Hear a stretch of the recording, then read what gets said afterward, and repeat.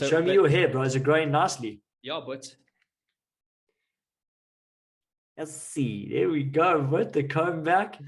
Let's see. Yeah, yours is long already, yeah. yeah, but Let's see where you. sure, but you can almost hold that in your mouth. That stuff. Nearly, but nearly. Classic, but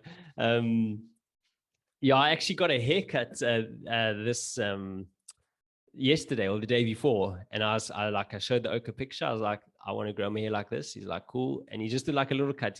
He did the sides and just the back here. You know, you have that like furry stuff on your neck, fluff, yeah.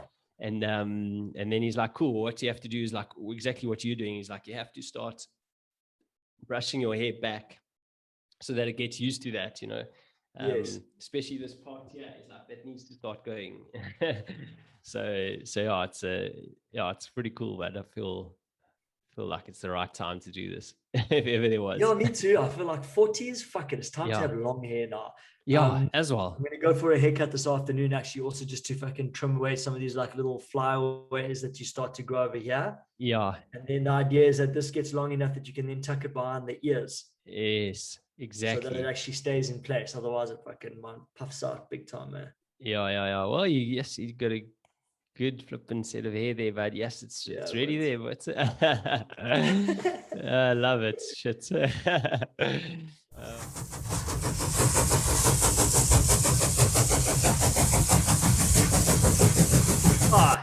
How's it going, my boy?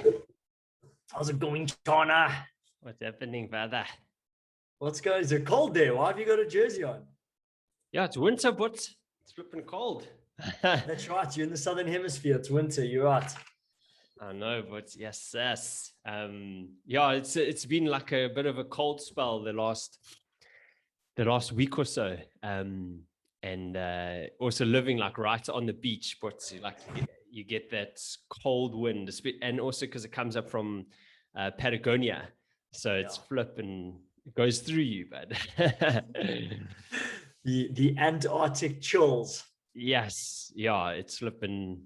It is cold, and also like these places are not made for the winter, right? It's like, you know, they're made for the summer, so yeah, it's pretty. You feel it, that's for sure. But can't really complain too much. But it's just like it's a week here and there is not the worst thing in the world. I actually don't mind the cold every now and then. Yeah, actually, it's a good for a change. Do you remember the houses in London made for winter, not for summer?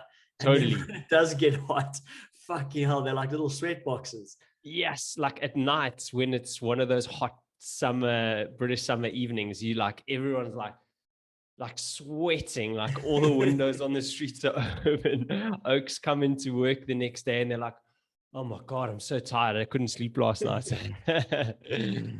Oh, classic, bud. How's your week been, brother? But the week has actually been really cool. Mm-hmm. I was supposed to be sailing on a ship for a simulation cruise, which got cancelled because they had some issues with a couple of positive test cases. So they delayed the simulation cruise by 2 weeks. And so what happened was, and this is probably cool, I've had my eyes on this one girl for like probably about 2 years now, man. Like she's a little belter. And but there's like timings never worked out, and she's always had a boyfriend, and you know, like just it's always been one of those crossroads where you get to look but you can't engage. And so anyway, like we started bumping into each other again over the last couple of weeks, and it's been really friendly. And so I was like, oh, listen, would you like to go and do the space yoga, this amazing freaking yoga experience I told you about on Saturdays? And she was keen. She was like, yeah, absolutely. But on the weekend that I invited her, I'd forgot that I was the freaking MC at my friend's child's christening. So I literally invited her, and then a day later, I'm like, sorry, like I know I asked you for this thing, but I'm gonna have to cancel because I fucked up. Like I double booked myself. So she thought like, oh fuck, I was blowing her off. So anyway, as it turns out, my cruise gets cancelled this week, and Maritz's friend Justin had bought these amazing tickets to go to this Van Gogh exhibition that they do here. It's a whole interactive art, like immersive art thing that they've made at this theater. and it's a flippin' amazing event. But he bought these tickets for him and some chick that he wanted to take. She blew him off, so he sat with these 2 tickets, and he was just like, "I'm going to give them away." So I'm like, "I will take them, and I know who I'm going to invite." So yeah, so Wednesday night, but we went off to this amazing Van Gogh exhibition. It was a flippin' awesome evening, bro. A couple of hours there, learned a lot about old Vincent, and then we went for a nice dinner afterwards, and it was power, dude. So yeah, it's been a great week. Yeah, see how times have changed, eh, bud? Going on a first date to flipping Vincent van Gogh flipping art exhibition, China. You are getting flipping mature and wise in your old age, bud. Classic. Dude, the funny thing was, there's actually a couple of exhibitions around at the moment, and so we grab an Uber, Van Gogh, blah blah blah, rock up at this place, and the guy at the door goes, "Oh, sorry, these tickets are not valid." So now I'm thinking, "Oh, I look like such a tit, dude," you know. And so I'm like, "No, are you sure? Like, double check." And he checks. He's like, "No, these definitely not valid." And I'm like, "Oh, fuck, man." So I'm busy like messaging Justin. I was like, "Justin, are you sure these tickets are legit?" And then the guy goes, "Yeah, but there's another exhibition somewhere else. Maybe it's for there." And I'm like, "No, definitely not." Anyway, as it turns out, we were at the wrong location. We had to go to the other one, but we finally managed to get there. That's classic, but that's classic. It reminds me of Marissa and I on our first date. We went to go see Queen, Queen, the band, but with Adam Lambert as the lead singer. And we rocked up there, and there was an issue with the tickets as well, and the queue was fucking massive to get in, and I was like saying to her, I was like, "No, trust me, the tickets are okay." Like this oak at the entrance, he doesn't know what he's talking about. And then but then I had to flip and run, like flipping. It was like far away that we had to go. For some reason, they weren't accepting the printout or something like that, as they do all the time, but this time they weren't, and I had to go and I had to get the actual tickets and flipping. Yeah, that's it's always a fun one on a first date where you just, I don't know, something throws a curveball at you. Not that it's a big one, but you know what I mean. You want everything to go right, but it's like it doesn't always work like that. Yeah, it's amazing. You were cool, calm under pressure, the cool dude, and then suddenly you're like, fuck, I look like such a tit. Yeah, exactly. Yeah, so yeah. And what about you, brother? What's happening in your week? How's it been a fur daddy?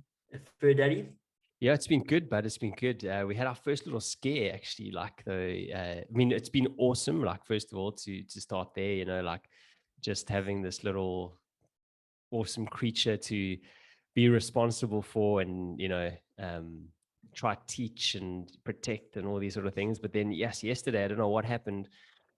Marissa was out with her, and something scared her, like really scared her. Like, I don't know what it was. It's weird because we were in this, like, she was just on a soccer field, like with her. And then I don't know if it was a noise or what it was, but she just started really panicking and like ran away from Marissa, like wouldn't let us like pick her up, and like just, it was quite scary actually. And then I came down because I looked outside the apartment here, like from the balcony, and I saw there was something wrong. And like, she's like, "Come down, she's something wrong." I was like, "Wow, okay." And then I try to hold her and I calm her down a little bit, and then I put her on the ground. She flipping ran away, but like flipping lightning. And I was like, "Whoa, what's wrong?" And then she went and she like found this corner, and she literally, like, I mean, it was a corner of like a garage, which was like a metal door on a wall. And if she could have climbed into the corner, she would have. Like, it's like, I don't know, something like it scared the living daylights out of her. So yeah, I don't know what happened. And then we took her upstairs eventually and like just settled her down, and she was like very, like, I don't know, like skittish and whatnot. And then later on, I took her out for a walk again, and the same thing happened. And she flipping ran, but like, and yeah, ran away. And she eventually got into this corner, and it felt like she was having, it almost like felt and looked like she was having a fit, almost like an epileptic Seizure. fit or something. It's really like, because she even had like a little bit of like phlegm come out of her mouth, and she was like, she wasn't looking at you, she was like looking through you and like around you and stuff, and like her eyeballs, it was just like so hectic. But and then we didn't really know kind of what else to do besides just hug her and take her upstairs and whatever. And then I literally spent like, I don't know, the rest of the day, like about 10 hours just with her, like either on my lap or like on my chest, like, and just trying to, uh, I don't know, like give her good vibes and protect her and show that everything was okay. And then yeah, like I'd say she's about 70% back to normal now. And we've just taken her outside now before we came and chatted. And but she's still a little bit, there's something there that scared her, you know what I mean? So yeah, it's amazing, but like once you have something like just a little dog to care for, you almost drop everything for it, you know? Yeah, but you need to get that checked. It could be some kind of meningitis or encephalitis. So Wow. Depeche, you remember my friend Depeche I lived with for a few years. So we ended up getting him two beautiful little Jack Russells. And we were out in the park the one day, and this little dog just fucking keeled over and started having a full-on like epileptic fit. Wow. And then we were like, oh, shit, what's going on? You know, and it was like, so we weren't sure how like to touch it or what, because we didn't want to hurt it. And then suddenly it came to, and that same thing, just complete blank stare, and it just fucking took off, bud. But he took off and ran straight into the fence. Sherbet. And then when we took it to the vet and they did the test, it was actually like an encephalitis, like a swelling of the brain, and they had to do chemotherapy and all sorts of treatment. It took him about a year and a half to actually fully recover to back to normal. So it sounds like she could have had some kind of seizure, bro. Yeah, I know. Like literally, that's what it felt like. But like, because when the just the phlegm coming out of the mouth was like the thing that made me think, yeah, this is exactly what happens when people have sort of seizures, you know. And yeah, we'll definitely. I think we'll just, like, she was fine now, like outside, but still a little bit, you know. So we'll just play this weekend by ear, and then we have actually let the vet know already, and they were like, oh, just take it easy, sort of thing, and then but bring it in if you're still seeing it. So I think, yeah, I don't know, who knows what it is, but I hope it's not the worst. But yeah, we're just trying to like build a little confidence back up again. And yeah, it's like, yeah, it's crazy, but like but it's cool, man. It's cool having her, and just be more present. But that's really what it is. Like, it was interesting. So like, just off the back of that, Marissa was like, we're just chatting this morning, and she was like, wow, she's like, I can't believe it's July already, you know. And I was like, yeah, it's flipping crazy. Like, she's like, yeah, it just seems like this time is just going so quickly now, you know, even though we're in kind of, like whatever the world's in, this massive lockdown, most places,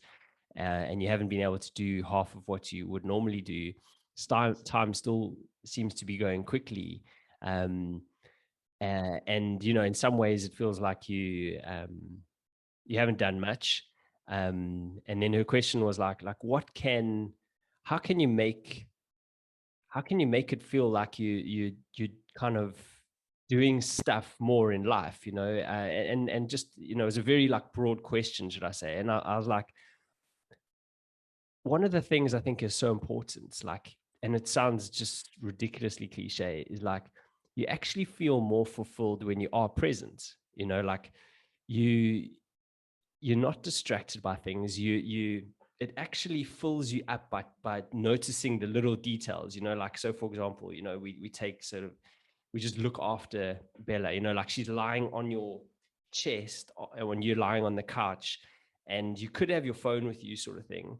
Or what you could do is you could just lie there and look at her and see what she's doing and all these sort of things. And it's like, you're being super present, and I think if we can do that in all moments, like, it actually is quite a fulfilling experience, because you're not letting life just flip and fly by. You're like, cool, what am I going to do?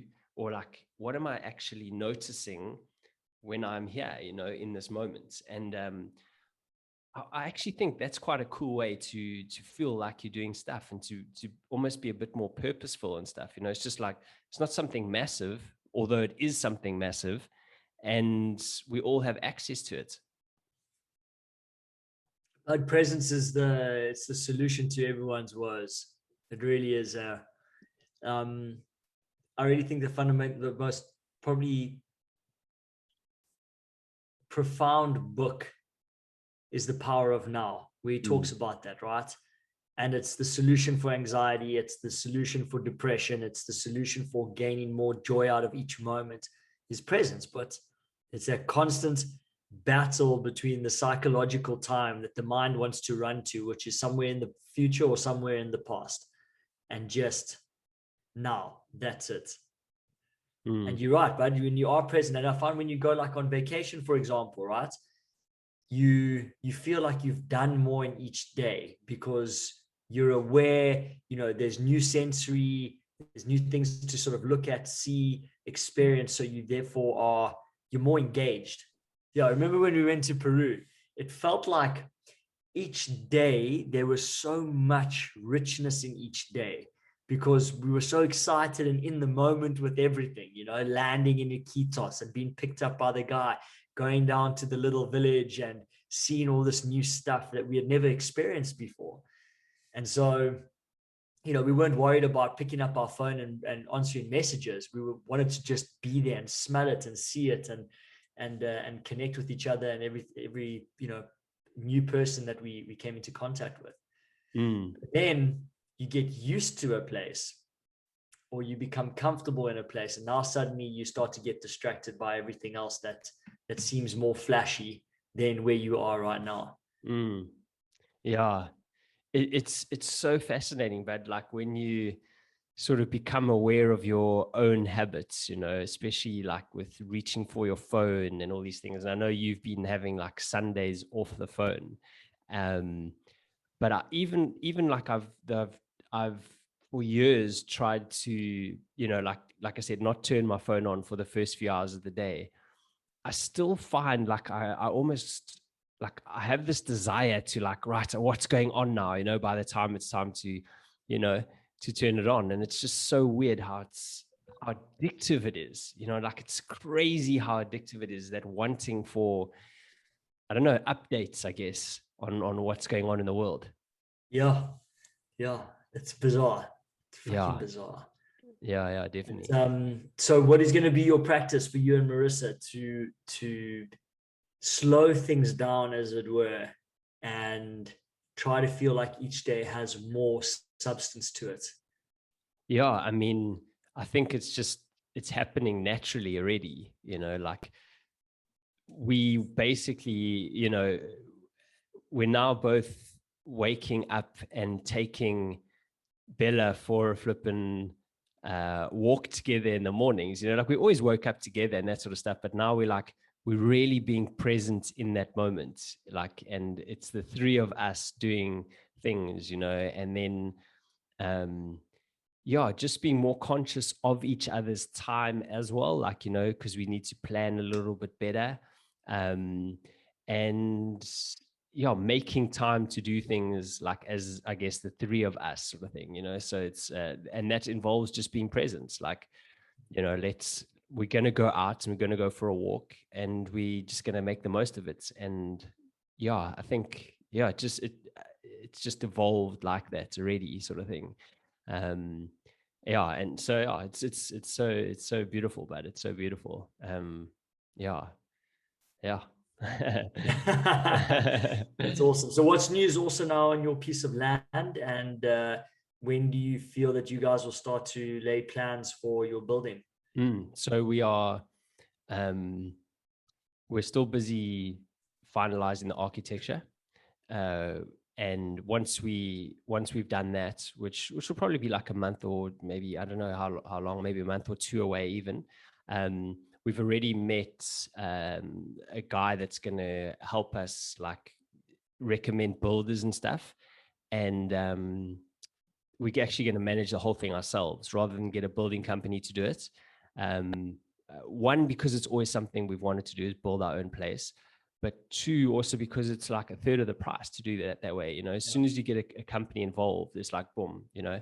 And this guy is like he's like, I don't know, it's so weird how people come into your life, but like this bloke, he's the same guy we bought the land off, and we're actually going to rent his house here just down the road from next month. We decided to move into a house with a garden, you know, because of Bella, but also because we wanted it.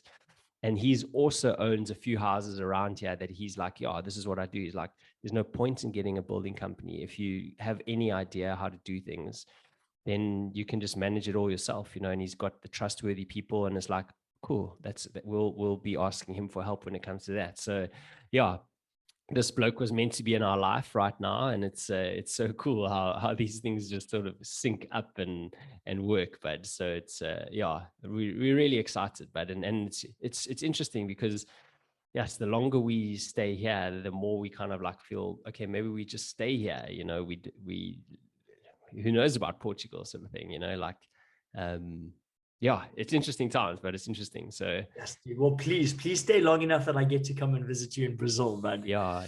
Well, we've just signed a year's lease, so but that's minimum. You know what I mean? From next month. So yeah, it'll be so rad to have you here, but yeah. And you, buddy, what's how's things on the work front and all that sort of stuff? Yeah, it's flat out. It's flat out, but like I'm fielding, I don't know how many emails a day, bro, back and forth, phone calls, and it's constant changing at the moment. But on the flip side, that I already have now 3 ships that are operating that have already gone through their first and second cruises. I get onto another ship tomorrow, which will be the first cruise for that fleet. So it's ramping up very quickly, but before the end of September, I'll have 15 of the vessels that I look after on the water sailing. But with that comes a lot of responsibility and a lot of pressure, but because there's so many moving parts. And of course you can imagine, but the pressure from the company and expectations to do a good job and to make sure that we start bringing in money, which is desperately needed at the moment, is square on our shoulders at the moment. But I'm enjoying it, man. Like, to be honest, I'm enjoying it. It's been a big shift in terms of my day-to-day life. You know, I suddenly don't have as much time to do the things that, you know, I was enjoying so much last year.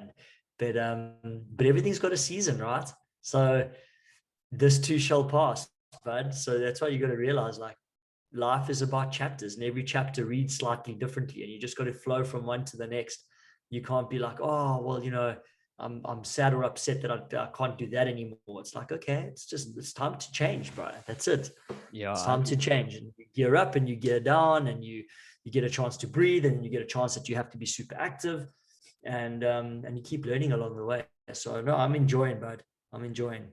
Everything is good. And I think that's such a cool way to like approach life as well, bud. Just life is going to be phases, right? That's just the way it is. And you can treat those phases as like you do, and you're like, cool, this is just part of the flow. You know, this is just one to the next sort of thing. Or what a lot of people do is they go, yeah, see what's going on here. And they get like link resistance, you know, and everything starts becoming difficult and like a hassle and an issue and all these sort of things, because they're not adaptable, you know. And it's such a good trait to have, to just be flexible and notice that life is just happening the way it's meant to happen, you know. Because, and as soon as you put up that resistance, it's going to become difficult, you know, because what you resist persists, but that's for sure. 100%, right? Yeah. 100%. Yes, man. Yeah, bud. And then, you know, back to your point about the synchronicity and meeting people that are there to help you for the next phase or the next project that you have, like you've just experienced, is life, when you trust it, right?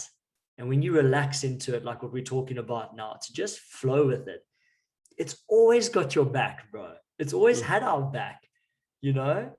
There's never needed to be a struggle or a force or a fight to have anything that you really want. But when you learn to get into the river and actually just let it fucking take you, man, all of your jams, all of your greatest blessings are downriver. I wonder what the world would be like if everybody was like that, you know. Like, would it be like out of control, or would it sort itself out? You know what I mean? Like, I would really love to know, like, would it thrive like on a next level, or Yeah. it would be interesting to experience We, that. if we got everybody in the same direction, feeling into the same way with joy in their heart and an expansiveness where you feel you could collaborate instead of competing to fuck each other over, I think it would be a way happier world. And I think when people are psychologically happy and they feel psychologically safe, then they are able to be more creative and more expansive. So I think, to answer your question, my personal view would be, fuck, yeah, I think we would then really be able to switch on some incredible stuff.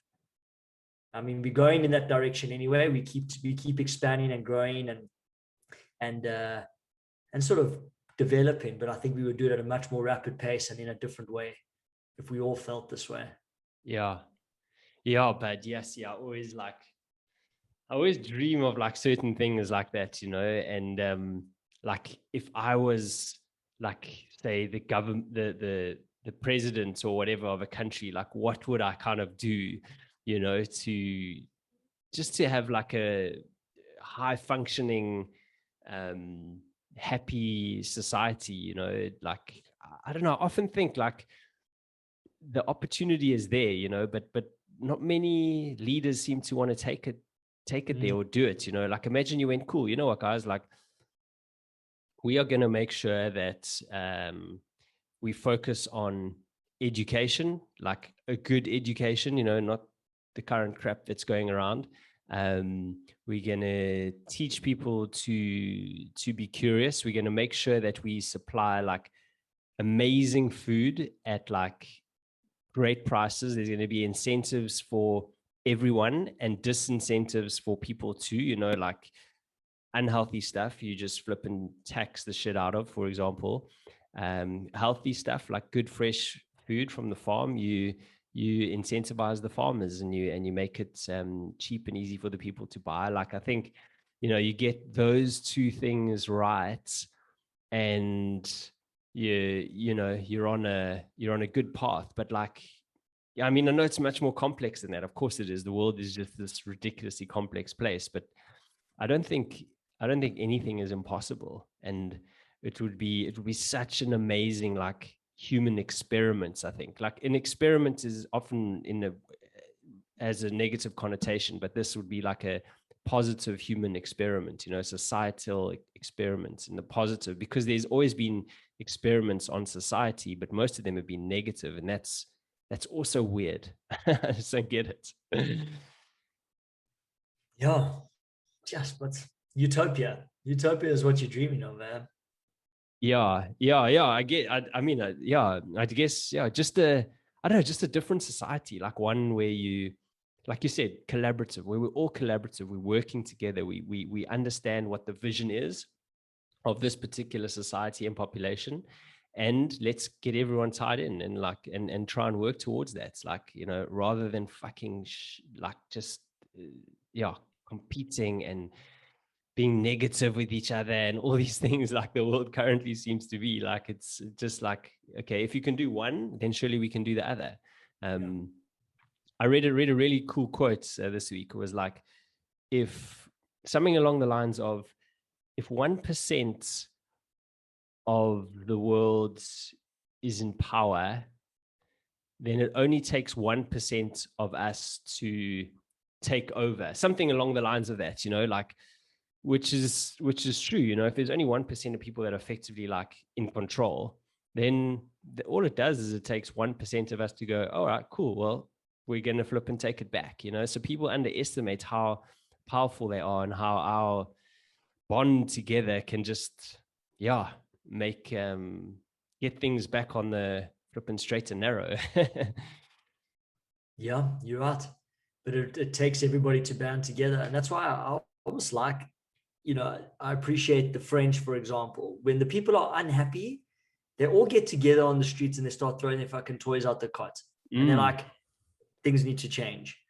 Whereas I feel like in South Africa, everyone's a little bit like, don't want to rock the cart, and we'll moan about it behind walls at a bribe, but no one will fucking do anything about it, Yeah.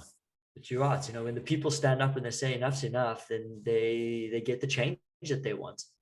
Yeah, for sure. And I mean, you just have to read a bit of history to understand that that's actually how everything has always changed. Like once enough people have come together and they're gone, we have had enough of your shit.